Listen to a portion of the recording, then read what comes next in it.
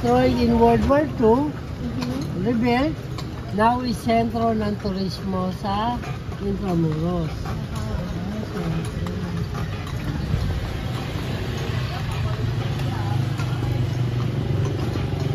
Pangatlo. Ma'am, baka may gusto kayong kuhanan.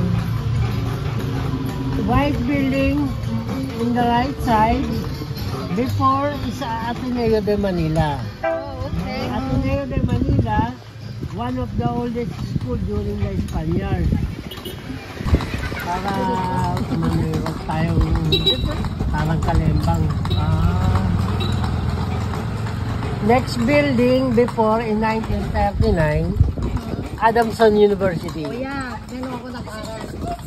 Here. Now Adamson University moved in San Marcelino Street. During the Spaniard, sa provincial house of Agustinian. Agustinian. Now ECJ building, Eduardo Cojanco Jr. He is a former boss of San Miguel. Here, Daddy, for this part right here. To keep this.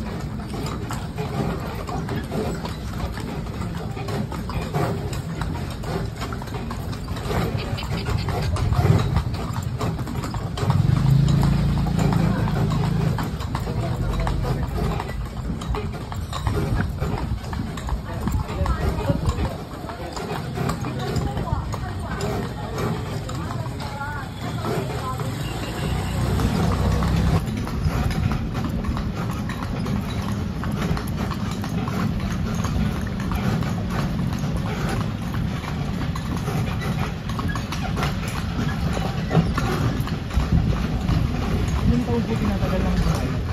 30 years old. 20 years. Paano yung malalaban na mahina? Hindi na siya nagagamit. 20, medyo mahina na. Ganun. Ito mga bata-bata. 9 years old. Sarili nyo? Nagbobondo. There's the Galleria of the Los Presidentes. That church declared a World Heritage Site by UNESCO. That area before is a PC barracks or Philippine Constabulary Barracks in 1904.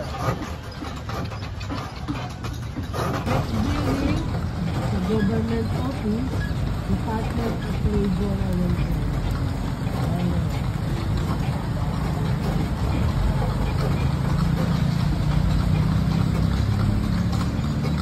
Department of Labor and Welfare. Next building in the left side, Manila Bulletin newspaper. Ano po? Manila Bulletin, Oh, Manila Bullet. 1901. Second, until now, Manila Bulletin. Tama na po rin. Second oldest newspaper in the Philippines. Eh, dito pa rin sila? Talaga? During the Spaniards? investigations.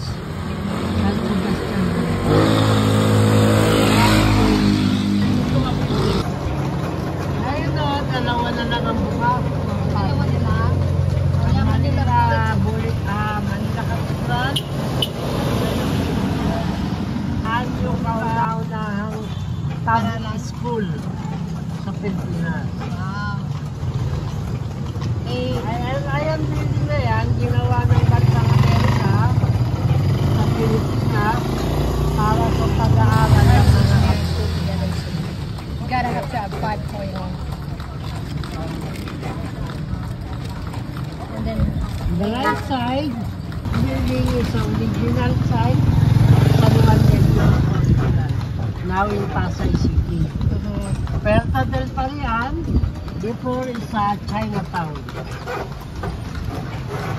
Now Chinatown there, in Binondo area, across the river, the oldest Chinatown in the world, 1624.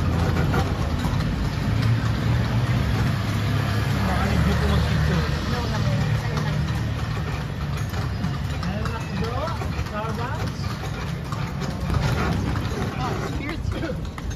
Ginagawa yung harapan nila. Kaya sa side sila. Sa side sila nag-entrance. So, bali, private school ito. Friday. Yeah. One of the schools of Sersal. And also people that can go